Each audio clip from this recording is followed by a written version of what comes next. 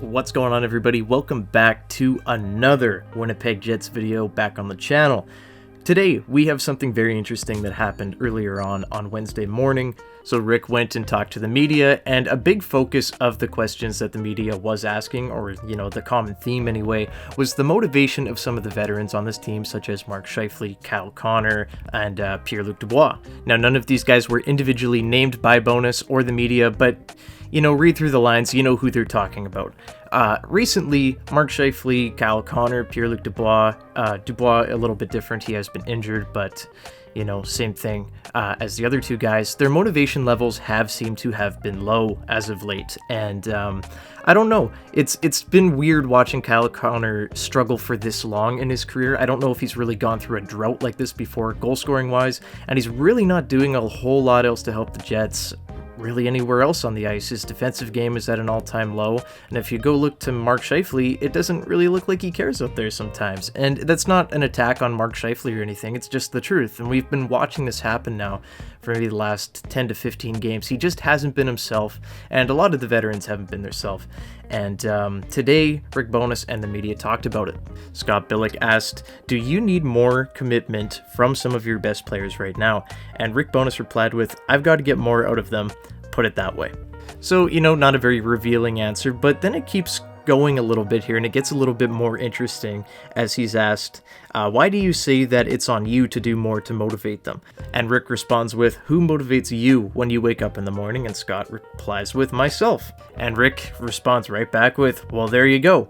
And then Scott says, "So why do you say then that you need to do more to motivate these guys?" And Rick just goes on a little bit of a tangent here, but basically what he's saying is that's what he's dealing with right now. These guys aren't motivating themselves, and that's what he's dealing with right now. That's just the fact of the situation, that these guys cannot find the motivation, and then he's trying to get through to them, and right now he's struggling. He's trying to find a way as a coach to do that, and Rick Bowness has done a pretty good job of that, I'd say, through about 55 games this season. The last little while has been rough, and hey, we don't know everything that's going on in the locker room, obviously, but starting to feel a little bit how last year was. Maybe not as toxic as last season, with Paul Maurice obviously not being a big fan of Mark Scheifele, and Mark Scheifele not being a big fan of Paul, and lots of other stuff in that locker room happened, of course. We don't need to revisit those dark times right now, but we all know what happened last year.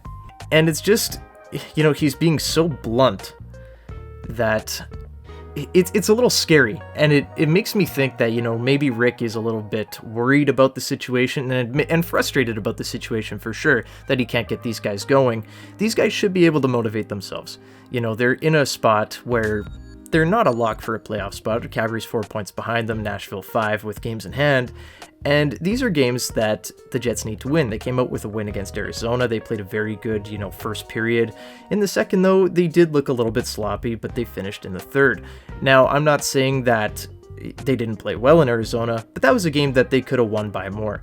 Lately, you can see the lack of maybe confidence or care in the power play, and just in just everything, just with the passes. Mark Scheifele struggled to take passes. He's been throwing passes into wild areas as of late, and Kyle Connor's just kind of faded into the background. Those two in particular, who are, supposed to be big parts of this team and big parts in the top six, and, obviously a big part of scoring, they just have not been there mentally. And we've seen that. Now, these are just observations I'm making from what I've seen on the ice. If you think differently, go ahead, but this is what I talked about a couple videos ago, and a lot of people didn't like it, and now here we are sitting talking about it when Rick Bowness is, identifying the issue. Is this, able to be turned around? Absolutely.